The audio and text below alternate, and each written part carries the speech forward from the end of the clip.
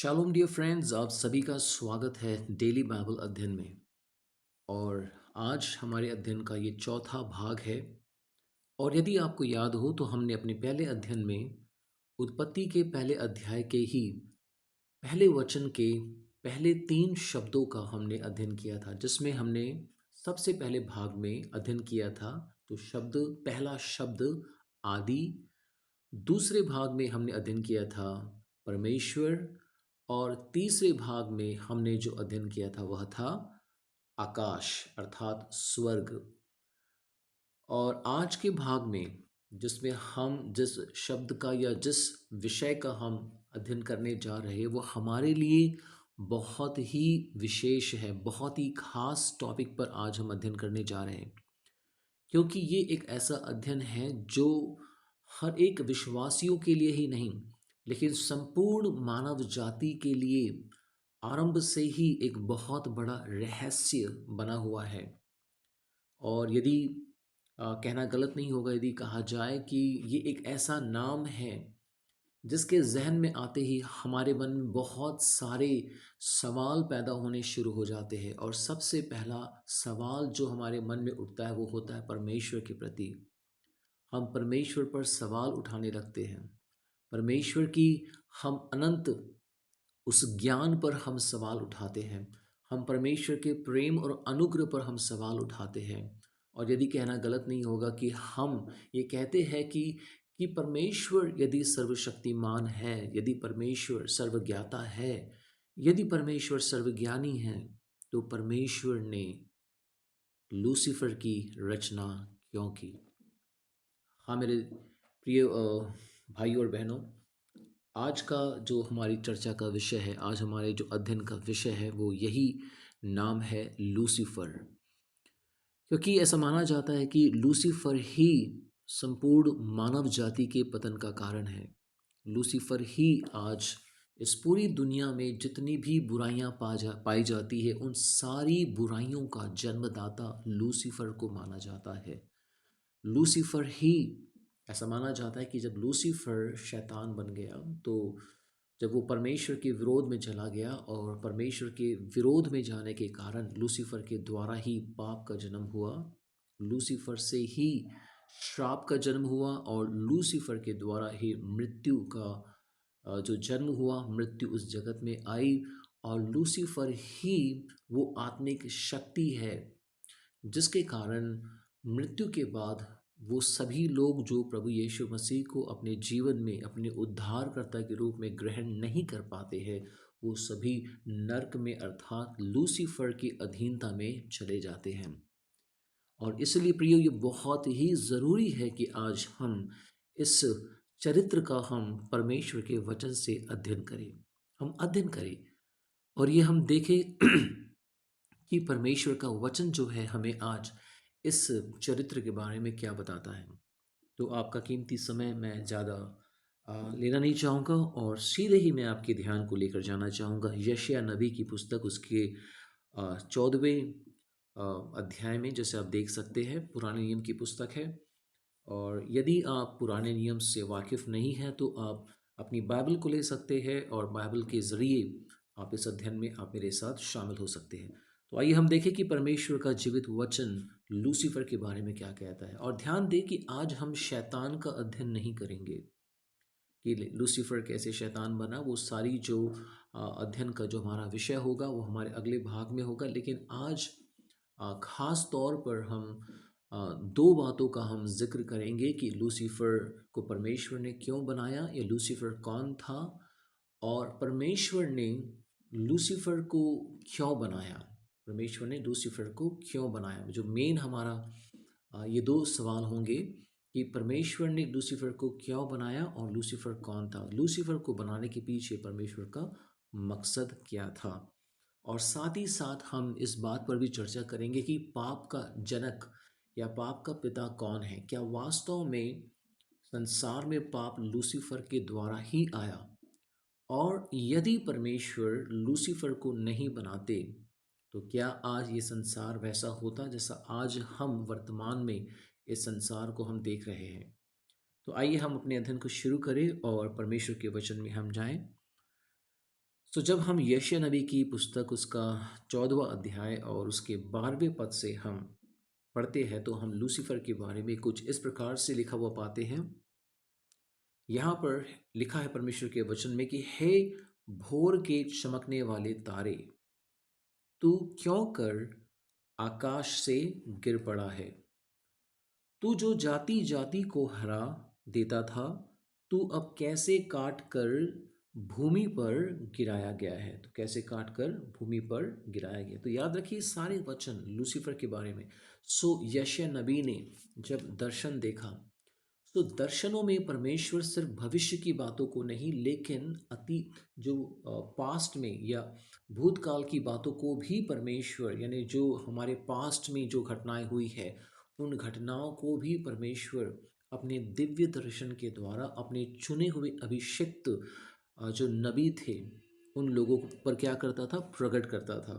अर्थात ये बात जब यशायाह नबी के पास पहुंची नबूवत में, जब दर्शन में, तो यशायाह नबी ने लूसीफर के बारे में इस अध्याय में कुछ इस प्रकार से लिखा कि हे भोर के चमकने वाले तारे। तो 12वें पद में हम पाते हैं कि लूसीफर को परमेश्वर के वचन में हम एक भोर के चमकने वाले तारे के रूप में पाते हैं। और यहाँ आगे लिखा है कि तू क्यों कर आकाश से अर्थात स्वर्ग से गिर पड़ा है। तू जो जाति जाति को हरा देता था, तू अब कैसे काट कर भूमि पर गिराया गया है। तू मन में तो कहता तो था कि मैं स्वर्ग पर चढ़ूंगा, मैं अपने सिंहासन को ईश्वर के तारागण से अधिक ऊंचा करूंगा और उत्तर दिशा की छोर पर सभा के पर्वत पर विराजूंगा। सुप्रियो, आपने देखा कि किस प्रकार से लूसीफर जो है वास्तव में शैतान बनने की जो प्रक्रिया थी वो लूसीफर के मन से ही उत्पन्न हुआ। क्योंकि बाइबल हमें बताती है कि तू मन में तो कहता था, अर्थात शैतान जो लूसीफर है वो मन में सोचने लगा, उसके मन में एक ख्याल आने लगा, अर्थात वो अपने मन में इस बात की रचना करने लगा, अपने मन में खुद से इस बात की वो रचना करने लगा कि वो परमेश्वर के स्थान पर, परमेश्वर के सिंहासन पर, परमेश्वर के स्वरूप में बैठना चाहता था। वो परमेश्वर बनना चाहता था, क्योंकि वो अपनी जो उसे पोजीशन जो परमेश्वर ने उसे दी थी, जो ओहदा, जो पद परमेश्वर ने उसे दिया था, उस पद से वो खुश नहीं था। हालांकि देखा जाए तो परमेश्वर ने अपनी सृष्टि का सबसे सर्वोत्तम प्राणी उसे बनाया था, और इसके बारे में हम अपने आने वाले जो परमेश्वर के वचन से हम देखेंगे। लेकिन इससे पहले मैं चाहूँगा कि हम इस अध्याय को हम पूरा पढ़ें। तो उसमें लिखा है आगे कि तू मन में कहता तो था कि मैं स्वर्ग पर चढ़ूंगा, मैं अपने सिंहासन को ईश्वर के तारागण से अधिक ऊंचा करूंगा। देखा आपने, वो मन में क्या कहता था कि मैं अपने सिंहासन को, अर्थात मैं परमेश्वर से भी ऊंचा बनना चाहता हूं, मैं परमेश्वर से भी महान बनना चाहता हूं। और लिखा है कि और उत्तर दिशा की छोर पर सभा के पर्वत पर विराजूंगा, मैं मेघों से भी ऊंचे ऊंचे स्थानों के ऊपर चढ़ूंगा, मैं परम प्रधान के तुल्य हो जाऊंगा। देखा आपने, लूसीफर क्या कहता है कि मैं परम प्रधान के तुल्य होना चाहता हूँ, मैं परमेश्वर बनना चाहता हूँ, मैं चाहता हूँ कि मैं ईश्वर के तुल्य हो जाऊं और उसके सिंहासन पर विराजूं। और लिखा है इसमें 15वें पद में कि परंतु तू अधोलोक में उस गड्ढे की तह तक उतारा जाएगा, जो तुझे देखेंगे तुझको ताकते हुए तेरे विषय में सोच सोच कर कहेंगे, क्या यह वही पुरुष है जो पृथ्वी को चैन से रहने ना देता था और राज्य राज्य में घबराहट डाल देता था। तो प्रियो, आपने देखा कि यहाँ पर किस प्रकार से लूसीफर के बारे में हम पाते हैं कि लूसीफर जो, जिसे परमेश्वर ने एक बेहद ही अद्भुत तरीके से बनाया था, और उसकी सृष्टि के बारे में ही हम पाएंगे यहेजकेल नबी की उसके 28वें अध्याय में, उसके 28वें अध्याय में। और हम उसके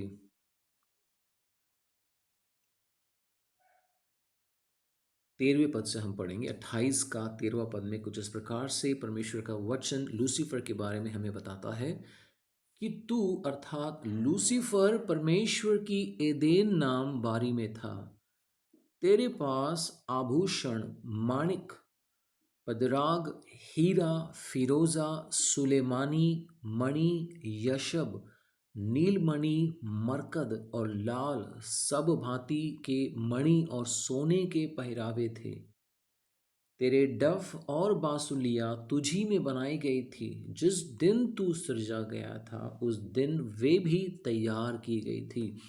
सुप्रियो, आपने देखा कि किस प्रकार से परमेश्वर ने अति सुंदरता के साथ, महिमा के साथ, अन्य सभी स्वर्गदूतों से बढ़कर जो ओहदा जो है लूसीफर को परमेश्वर ने दिया था। उसकी रचना इतनी अद्भुत तरीके से परमेश्वर ने की थी कि स्वयं उसका जो पहरावा था, उस पहरावे में परमेश्वर ने उसे भिन्न भिन्न प्रकार के जो बहुत ही बेशकीमती जो पत्थर होते, उन पत्थरों से परमेश्वर ने, उन बेशकीमती पत्थरों से परमेश्वर ने क्या किया था, उसे सजाया हुआ था।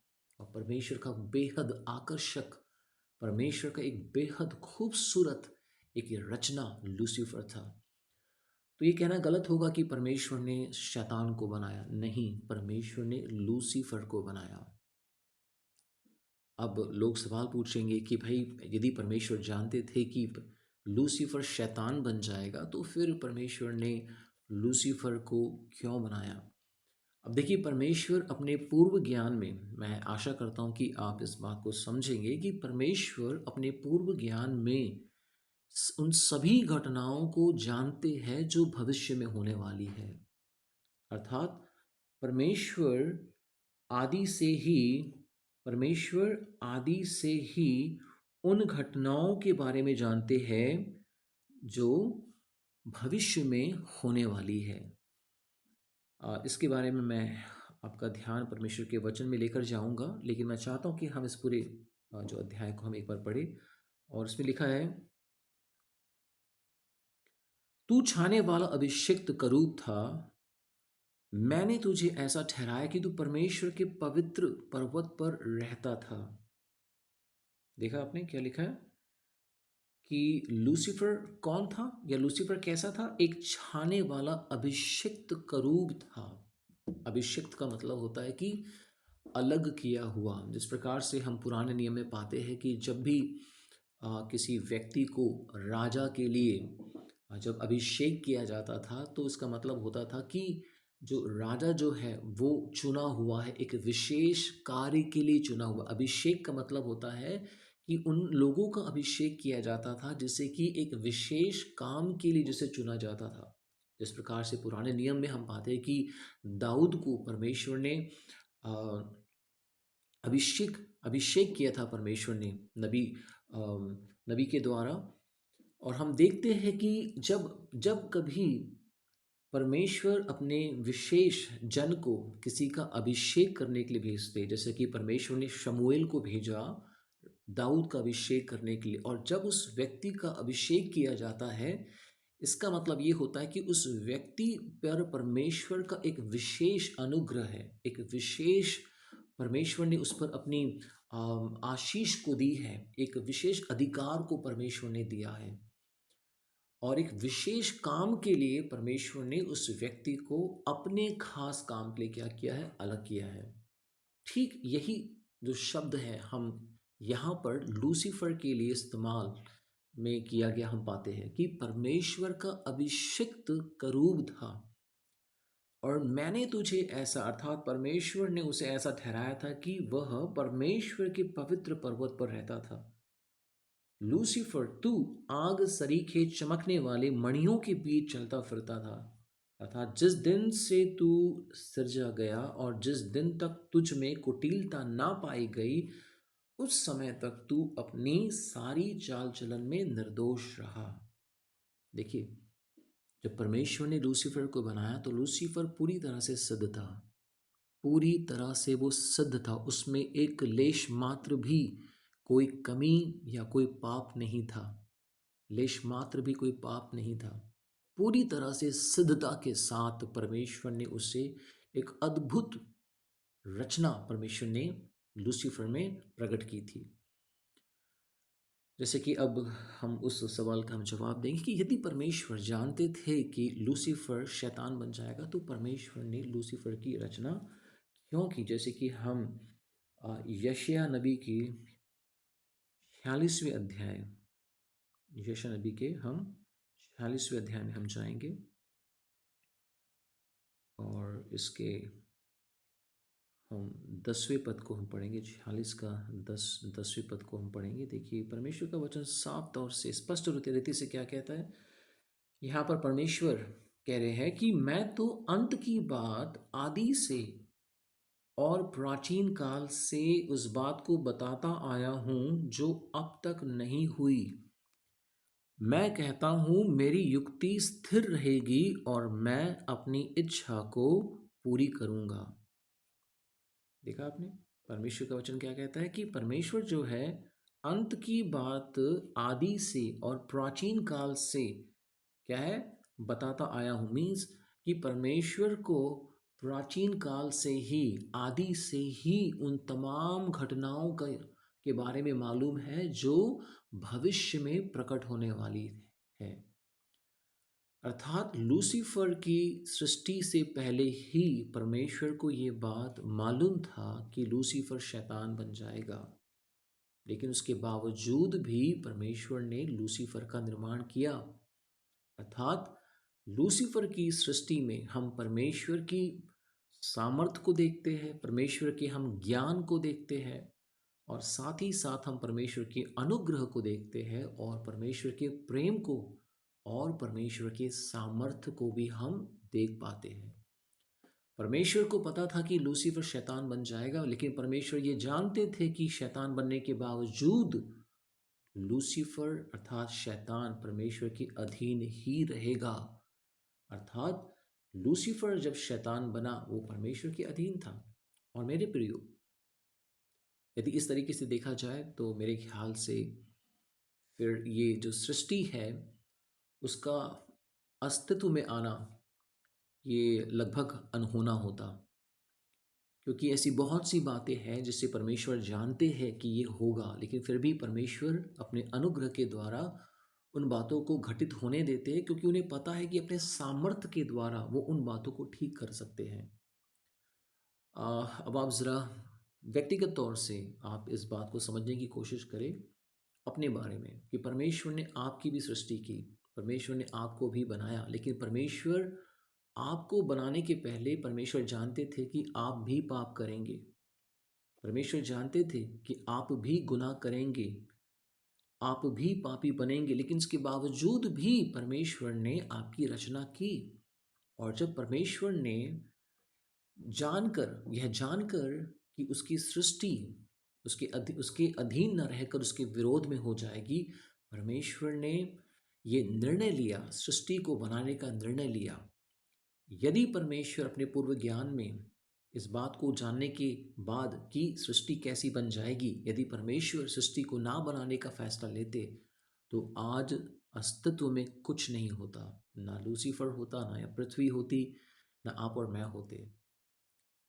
तो इसलिए जब हम देखते हैं कि परमेश्वर ने अपने पूर्व ज्ञान में जानने के बावजूद जब ये फैसला लिया सृष्टि को बनाने का, तो इस निर्णय में हम परमेश्वर के प्रेम, परमेश्वर के अनुग्रह, परमेश्वर के सामर्थ्य को और परमेश्वर के असीम प्रेम को हम देखते हैं। और बहुत सारी बातें हैं इसी के विषय में, और मैं कोशिश करूँगा कि हम एक एक करके उन सभी बातों को हम बड़े ही अच्छे तरीके से परमेश्वर की अगुवाई में उन बातों को हम अध्ययन करें और उन बातों को हम समझ सकें। तो यहाँ तक हमने देखा कि किस प्रकार से परमेश्वर का वचन जो है यशायाह 28 जब हम यहेजकेल जब हम 28वां अध्याय जब हमने पढ़ा तो उसमें किस प्रकार से अद्भुत रीति से जो लूसीफर की रचना की गई थी उसके बारे में हमने पढ़ा है। और इसके एक बेहद ही खास वचन पर मैं आपके ध्यान को ले जाना चाहूँगा, बेहद ही खास वचन की ओर।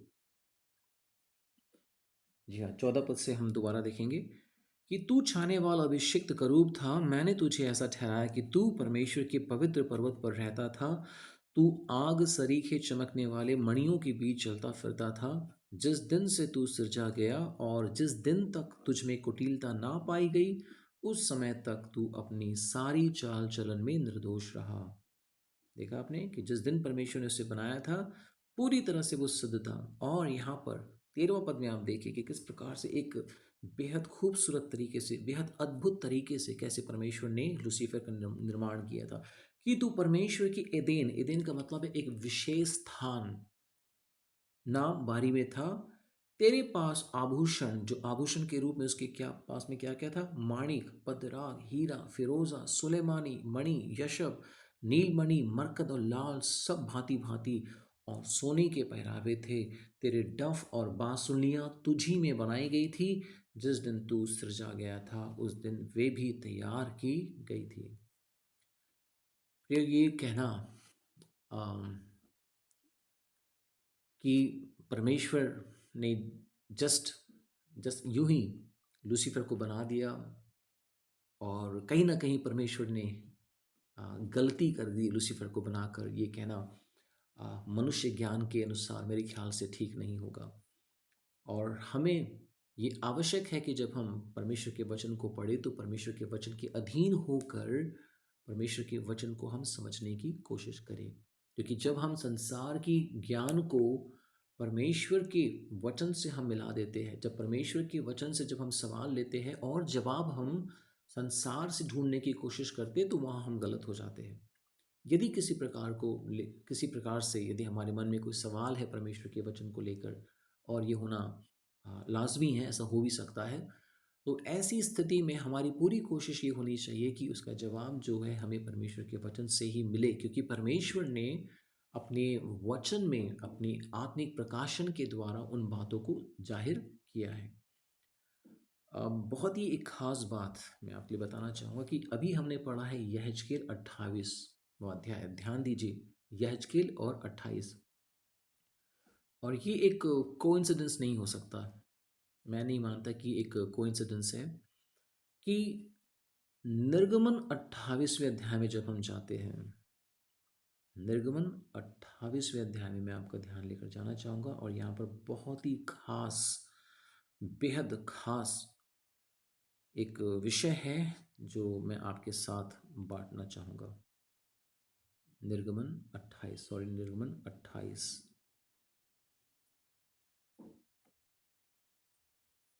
और यहाँ पर इस 28वें अध्याय में हम जो याजक है, याजकीय वस्त्र के बारे में, याजकीय वस्त्र के बारे में हम पढ़ेंगे।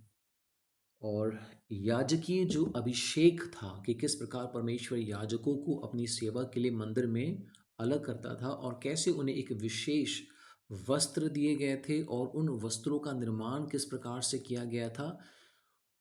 उसका जो हुबहू उसका हुबहू जो चित्रण है, उसका जो चित्र है, हम लूसीफर के साथ, या लूसीफर को जो वस्त्र दिया गया था, हम उसके साथ उसकी हम तुलना करेंगे।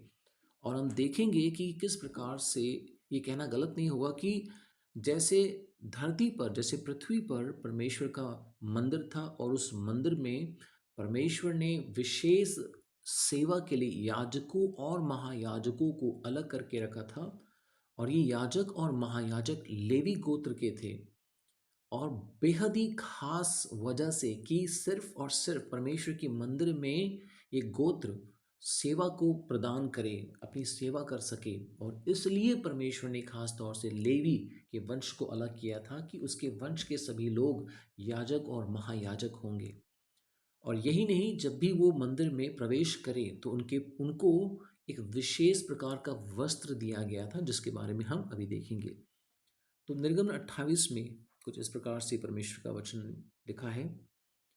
फिर तू इस्राएलियों में से अपने भाई हारून और नादाब, अबीहू, एलिआजर और इतामार नाम उसके पुत्रों को अपने समीप ले आना कि वे मेरे लिए याजक का काम करें। और तू अपने भाई हारून के लिए विभव और शोभा के निमित्त पवित्र वस्त्र बनवाना। और जितनों के हृदय में बुद्धि है, जिनको मैंने बुद्धि देने वाली आत्मा से परिपूर्ण किया है, उनको तू हारून के वस्त्र बनाने की आज्ञा दे कि वह मेरे निमित्त याजक का काम करने के लिए पवित्र बने। देखा आपने कि याजकों को एक विशेष वस्त्र दिया गया था, याजकों को एक विशेष वस्त्र दिया गया था।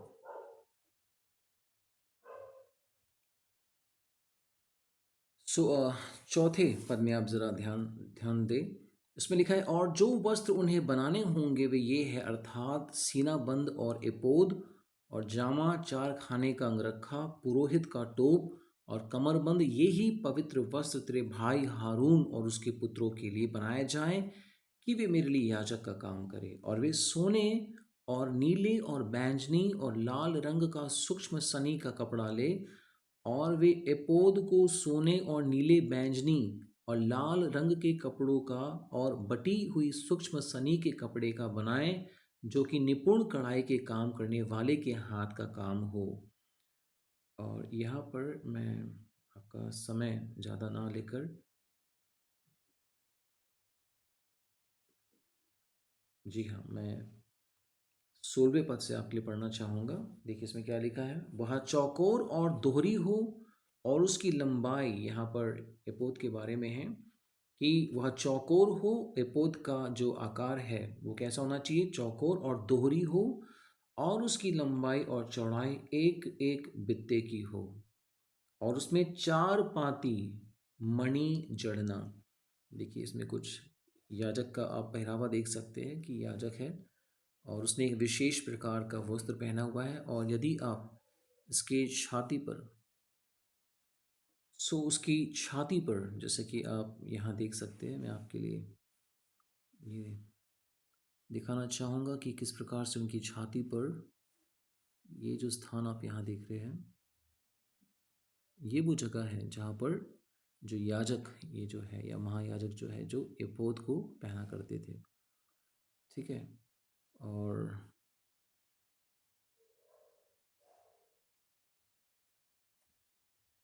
इस एपोद में, इस एपोद में जो है चार, इस प्रकार के चार खाने थे, इस प्रकार के चार खाने थे। और इन चार खानों में, इन चार खानों में तीन तीन की पांति पर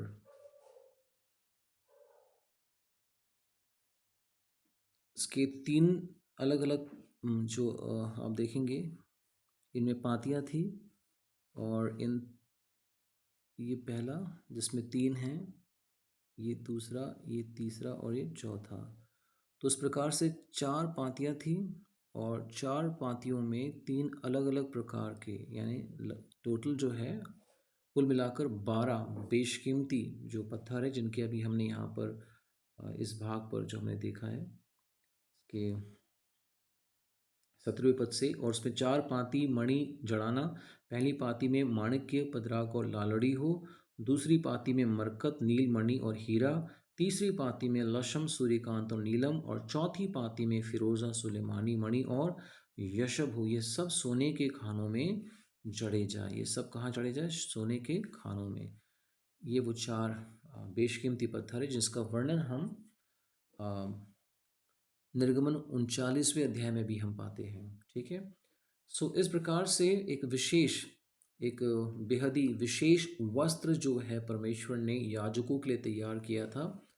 और याजकों का जो विशेष जो वस्त्र था, उसमें जो सबसे इम्पोर्टेंट जो चीज़ थी वो थी जो उसका, जिसे हम कहते हैं एफोद।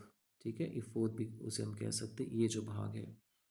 और कुछ इसी प्रकार का जो पहरावा, कुछ इसी प्रकार का जो पहरावा या जो विशेष हम पत्थरों का जो इस्तेमाल किया गया है वो हम देखते हैं कहाँ पर, यहेजकेल की 28वें अध्याय में। तो मैं आपको दोबारा यहेजकेल के 28वें अध्याय में लेकर जाना चाहूँगा जल्दी से।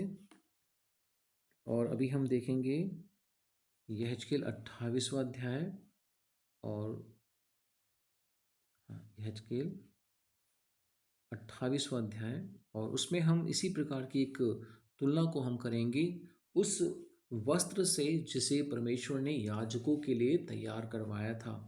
और ख़ास तौर से जो सीने में पहने जाने वाला जो इफोद था, वो बहुत ही ख़ास था और कुछ इसी प्रकार के जो विशेष पत्थरों का जो इस्तेमाल हम पाते हैं लूसीफ़र के लिए, जिसमें लिखा है देखो यहाँ पर,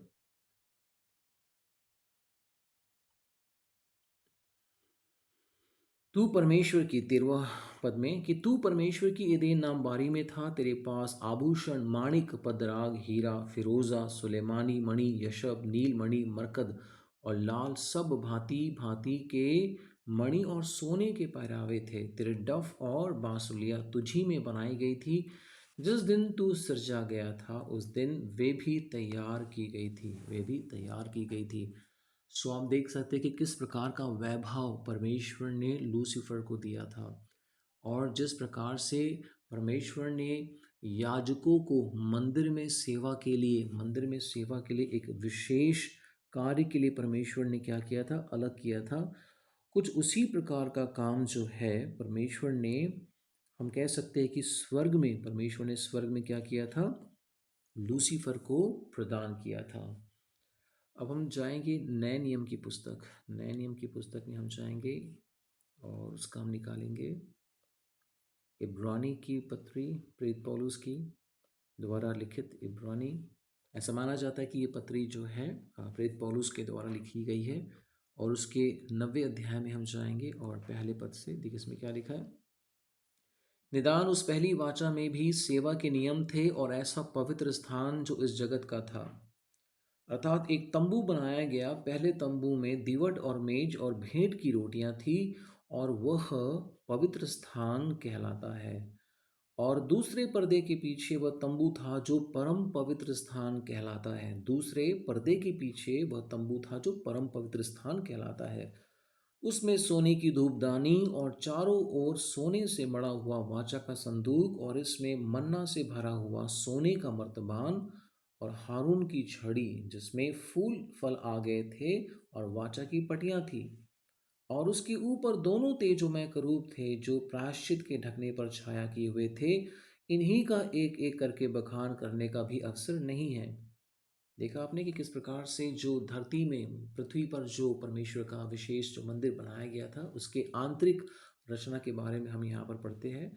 और उसके 7वें पद में लिखा है कि पर उसमें केवल महायाजक वर्ष में, कहाँ पर, जब ये वस्तुएं इस रीति से तैयार तब तब पहले तंबू में जो याजक हर समय प्रवेश करके सेवा के काम निभाते थे। यानी पहले जो तंबू है, जो याजक याजक जो है, जो पवित्र स्थान है, वहाँ पर उनकी जो सेवा जो है वो नित्य, उनकी सेवा हमेशा चलती थी।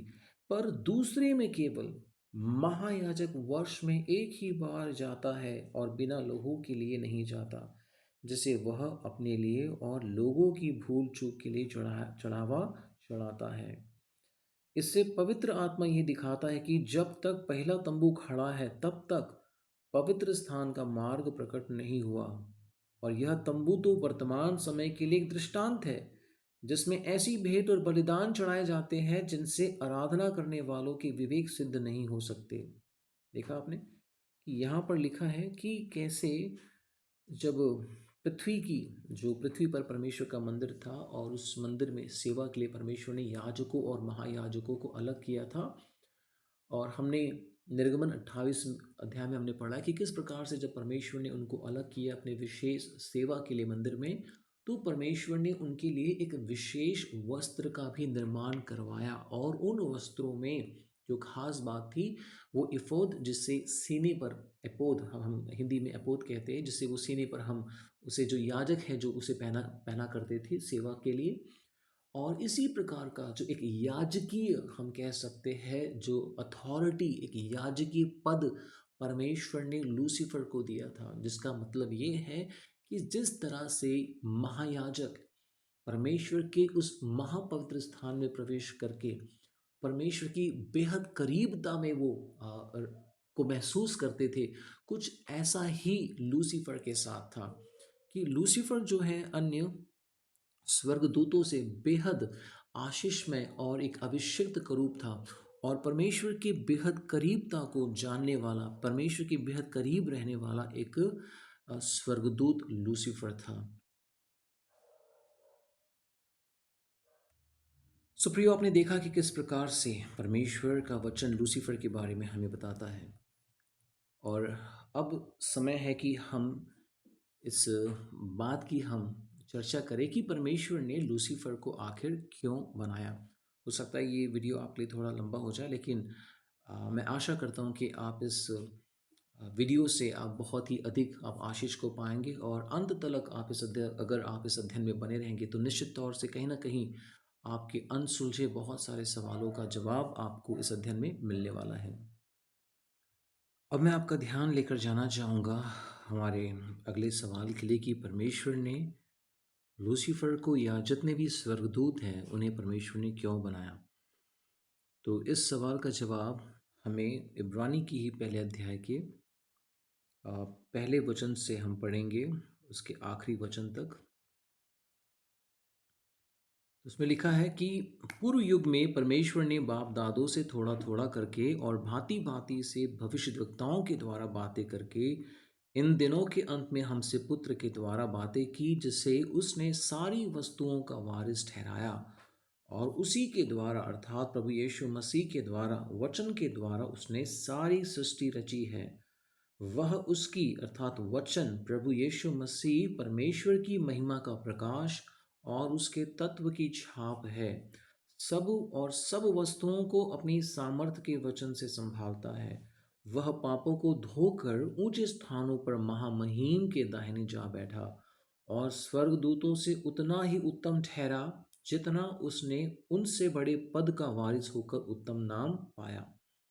अब ये वचन पर आप थोड़ा सा गौर फरमाएं। देखिए इसमें क्या लिखा है, क्योंकि स्वर्गदूतों में से उसने कब किसी से कहा कि तू मेरा पुत्र है।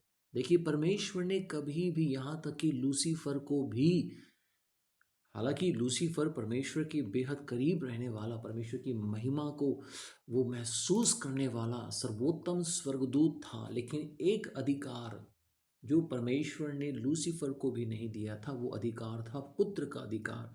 क्योंकि बाइबल स्पष्ट तौर से कहती है, क्योंकि स्वर्गदूतों में से उसने कब किसी से कहा कि तू मेरा पुत्र है, आज तू मुझसे उत्पन्न हुआ। और फिर यह है कि मैं उसका पिता होऊंगा और वह मेरा पुत्र होगा। और जब पहलौठे को जगत में फिर लाता है तो कहता है कि परमेश्वर के सब स्वर्गदूत उसे दंडवत करें। देखिए यही वजह थी, क्योंकि लूसीफर के मन में ये ख्याल था कि परमेश्वर के बाद सबसे जो ऊंचा स्थान है, जो ऊंचा पद है, वो लूसीफर का है। और लूसीफर के अधीन जितनी भी आत्मिक शक्तियां हैं वो सभी लूसीफर के अधीन थी। लेकिन कहीं ना कहीं लूसीफर इस बात से अनजान था, प्रभु यीशु मसीह के बारे में लूसीफर अनजान था। लेकिन जब परमेश्वर पिता ने जब प्रभु यीशु मसीह को प्रकट किया, तो प्रभु यीशु मसीह के प्रकट होने पर परमपिता परमेश्वर ने अपने सभी स्वर्गदूतों को ये आज्ञा दी कि वो क्या करे, प्रभु यीशु मसीह के आगे क्या करे, वो नतमस्तक हो जाए, वो नमन करे, घुटने टेके और प्रभु यीशु मसीह को अपने प्रभु उद्धारकर्ता के रूप में ग्रहण करे। देखिए क्या लिखा बाइबल में, परमेश्वर के वचन में। और स्वर्गदूतों के विषय में यह कहता है कि वह अपने दूतों को पवन और अपने सेवकों को धधकती आग बनाता है। और छठवें पद में क्या लिखा है, और जब पहलौठे को जगत में फिर लाता है तो कहता है कि परमेश्वर के सब स्वर्गदूत उसे क्या करे, दंडवत करे। और स्वर्गदूतों के विषय में यह कहता है कि वह अपने दूतों को पवन और अपने सेवकों को धधकती आग बनाता है। तो सभी जो स्वर्गदूत है वो परमेश्वर के सेवक है।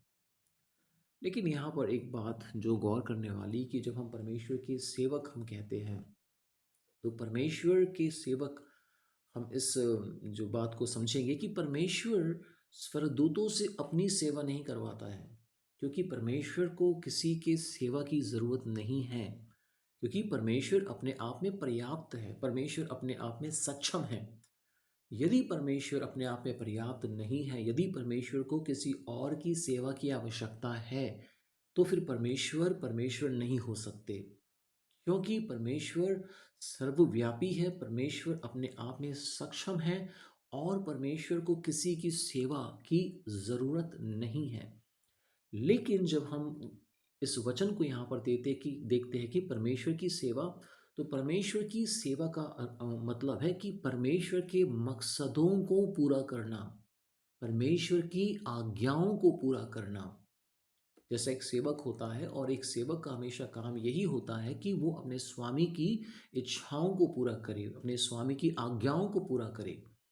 ठीक उसी प्रकार से परमेश्वर पिता ने इन तमाम स्वर्गदूतों को बनाया ताकि वो स्वर्गदूत परमेश्वर की हुक्मों का पालन करे, परमेश्वर की आज्ञाओं को माने। और इस तरह से ये सभी स्वर्गदूत थे, वो कौन थे? परमेश्वर के सेवक थे। परंतु पुत्र से कहता है कि हे परमेश्वर, 8वां पद, हे परमेश्वर, तेरा सिंहासन युगान युग रहेगा और तेरे राज्य का राजदंड न्याय का राजदंड है। तूने धर्म से प्रेम और अधर्म से बैर रखा। इस कारण परमेश्वर, तेरे परमेश्वर ने तेरे साथियों से बढ़कर हर्ष रूपी तेल से तुझे क्या किया है?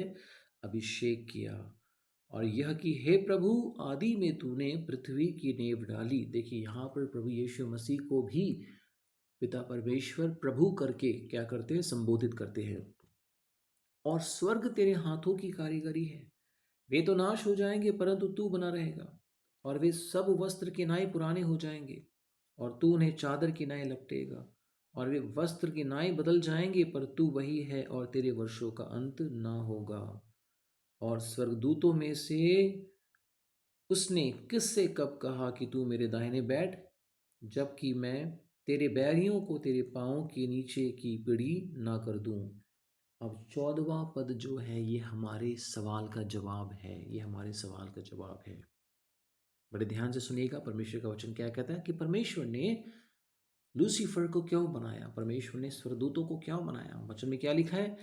क्या वे सब, देखिए यहाँ पर है, क्या वे सब, जितने भी लाखों करोड़ों असंख्य स्वर्गदूतों को जिन्हें परमेश्वर ने बनाया, उन सभी स्वर्गदूतों को परमेश्वर ने केवल इसी एक विशेष उद्देश्य से बनाया है। और वो विशेष उद्देश्य क्या है? क्या वे सब सेवा टहल करने वाली आत्माएं नहीं, जो उद्धार पाने वालों के लिए सेवा करने को भेजी जाती है? सो मेरे प्रियो, आपने देखा, मैं आशा करता हूँ कि यहाँ पर आपके इस सवाल का जवाब कि परमेश्वर ने लूसीफर और अन्य स्वर्गदूतों को क्यों बनाया, इस सवाल का जवाब आपको ज़रूर मिला होगा। क्योंकि परमेश्वर ने लूसीफर और अन्य स्वर्गदूतों को अपनी सेवा के लिए नहीं, पर परमेश्वर ने उन्हें बनाया अपने सेवक के रूप में, ताकि वो परमेश्वर की आज्ञाओं को पूरा करे, परमेश्वर की इच्छाओं को पूरा करे। और परमेश्वर की इच्छा क्या है? परमेश्वर की आज्ञा इन स्वर्गदूतों के लिए क्या है? कि ये उन सब की सेवा करे, उन सब की वो सेवा करे। ये स्वर्गदूत उन सभी मनुष्यों की सेवा करे जिन्होंने प्रभु यीशु मसीह को अपने जीवन में ग्रहण किया है और जिन्होंने उद्धार पाया है। क्योंकि ये सभी उद्धार पाए हुए लोग परमेश्वर के परिवार के सदस्य हैं, परमेश्वर की संतान है। अर्थात परमेश्वर ने लूसीफर को और अन्य स्वर्गदूतों को अपनी संतानों की सेवा के लिए बनाया। जैसे हम यूहन्ना नबी की पुस्तक में पाते कि जितनों ने प्रभु यीशु मसीह को ग्रहण किया, उन्होंने क्या किया? परमेश्वर ने उन्हें अपनी संतान होने का अधिकार दिया। अर्थात जब एक मनुष्य प्रभु यीशु मसीह को अपने जीवन में ग्रहण करता है, वह परमेश्वर के राज्य का, परमेश्वर के परिवार का वो एक भाग बन जाता है, अधिकारी बन जाता है।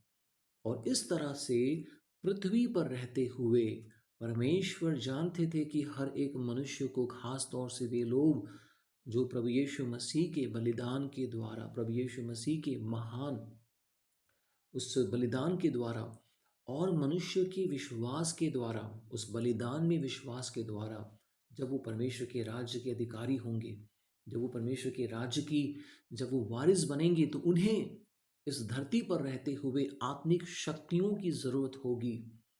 और इस वजह से परमेश्वर ने इन स्वर्गदूतों को बनाया कि ये स्वर्गदूत जो है, जो आत्मिक शक्तियां हैं, ये हर पल हमारे साथ रहे, उद्धार पाए हुए भाई और बहनों के साथ रहे, उनकी अगुवाई करे, उनकी सहायता करे, उनकी मदद करे और उनकी हर एक आवश्यकताओं की पूर्ति करे। लेकिन ये दुर्भाग्य है कि बहुत से जो मसीह भाई बहन हैं, ये इस बात को नहीं जानते हैं और अज्ञानता ही कह दीजिए या फिर अनजाने में वो परमेश्वर के उस महान योजना को ना समझ पाने के कारण बहुत से सवालों को खड़ा करते हैं। लेकिन मैं आशा करता हूँ मेरे प्रियो कि आज आपको निश्चित तौर से परमेश्वर के वचन से एक अद्भुत प्रकाशन आपको प्राप्त हुआ है और आपने जाना कि परमेश्वर ने लूसीफर को क्यों बनाया। और हालांकि परमेश्वर जानते थे लूसीफर की उन तमाम गतिविधियों के बारे में, तमाम उन बातों के बारे में कि क्या होने वाला भविष्य में, बावजूद उसके परमेश्वर ने लूसीफर को, स्वर्गदूतों को बनाने का फैसला लिया। और परमेश्वर ने उन्हें बनाया, क्यों बनाया? मनुष्य की सेवा के लिए। और प्रियो, आज की हम अपने इस अध्ययन को यहीं पर समाप्त करेंगे और आने वाले अध्ययन में जो हमारा 5वां भाग होगा उसमें हम अध्ययन करेंगे इन आत्मिक शक्तियों के बारे में और किस प्रकार से ये आवश्यक था परमेश्वर के लिए कि इन जो स्वर्गदूतों को वो बनाए, ताकि ये स्वर्गदूत है जो लोग हैं ये पृथ्वी पर उद्धार पाए हुए मनुष्यों की क्या कर सके, सहायता कर सके, मदद कर सके और अगुवाई कर सके। तो इन सभी बातों का जो अध्ययन है हम अपने आने वाले भाग में करेंगे। आशा करता हूँ कि आज का ये अध्ययन आप सभी के लिए बड़े आशीष का कारण हो और आने वाले दिनों में बहुत ही जल्द हम अपने अगले अध्ययन के साथ हम मिलेंगे। तब तक के लिए जय मसीह की। प्रभु आप सभी को आशीष दे। Thank you.